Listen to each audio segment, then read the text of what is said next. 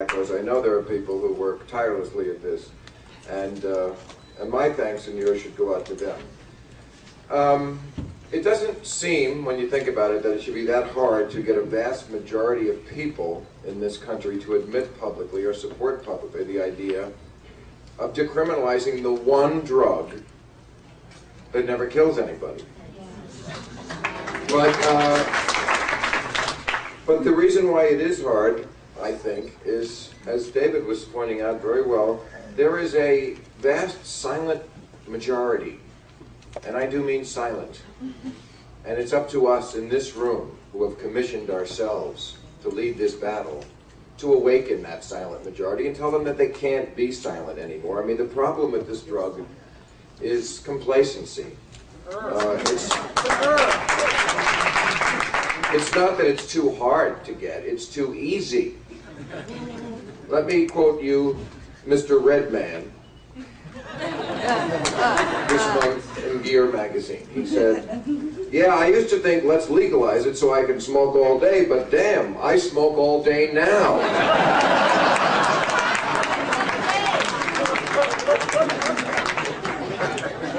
And that's the problem, is that the government is so ineffective and inconsistent that it lulls us into this sense of complacency, and we forget about the people who really are suffering, who are arrested for it. Keith is right. I'm here a lot because my friend is in prison and it hurts me. Not as much as it hurts him, but it bothers me a lot. It makes me mad. It makes me mad that so many hundreds of thousands of Americans are arrested. That is a big number. If that was a disease, people wouldn't stand for it. But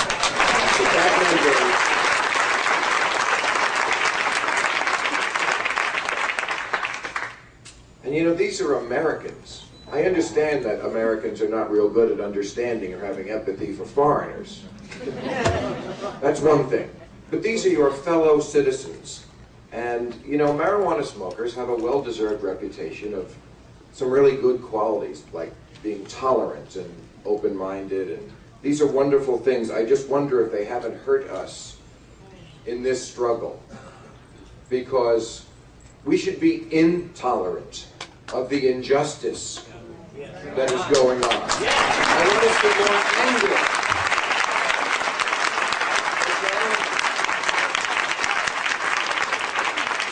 You know, the Nixon Commission report was 30 years ago. And we're still here, and we still have to crawl into alleyways like criminals to smoke a joint.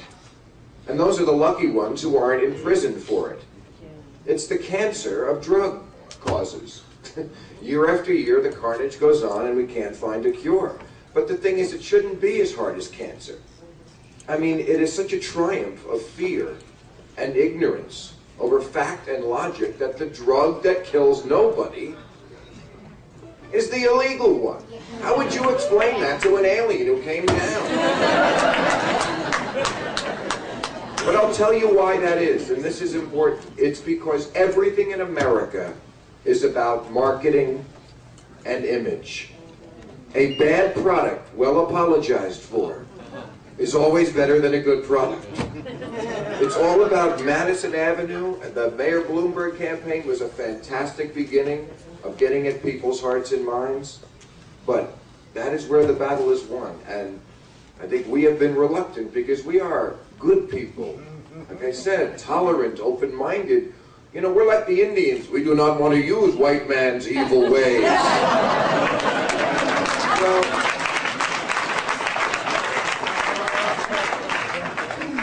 But we're going to have to use the white man's evil ways. This isn't like the war on terrorism. We can't just win it by putting a flag on our car.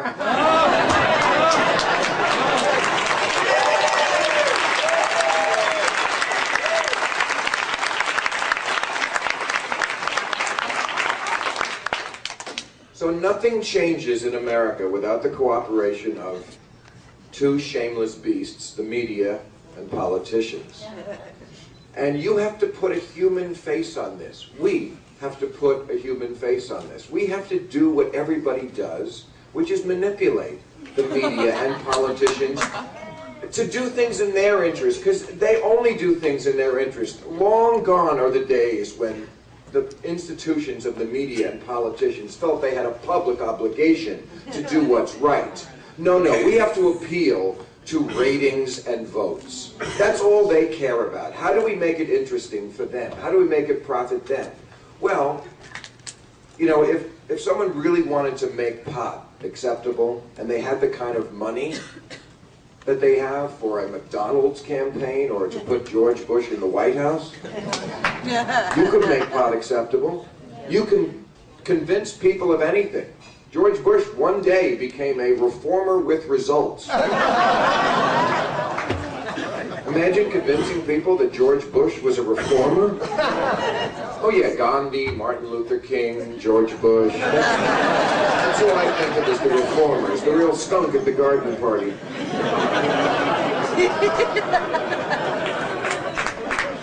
They called him a Washington outsider. Straight out of Compton, this guy, let me tell you. Again, his father was head of the CIA and the president. He's a Washington. Again, it's all how you market it. That is the key, is image. And unless we put a human face on that, unless people who don't smoke pot feel as affected by this as they do by something else they're not connected to. Cystic fibrosis. People don't have that, but they feel for the victims of it. Why can't we do that? We got to do that.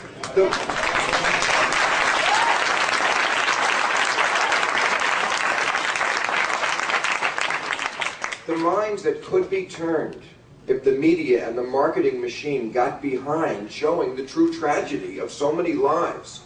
You know, we need to show on Stone Phillips reports the pot-smoking daddy who never came home. You know, the frosted lens and the news twink sobbing over the plight. That's what moves America. In America, you have to be a victim. It's a victim culture. And the irony is, some of these people really are victims. They're truly victims in a war that we can't win. We should be as offended as everyone else is in America for their bullshit causes. You know, when you hear someone support the drug war, be offended. Yeah. You know, if they make a bad pot joke, that offends us.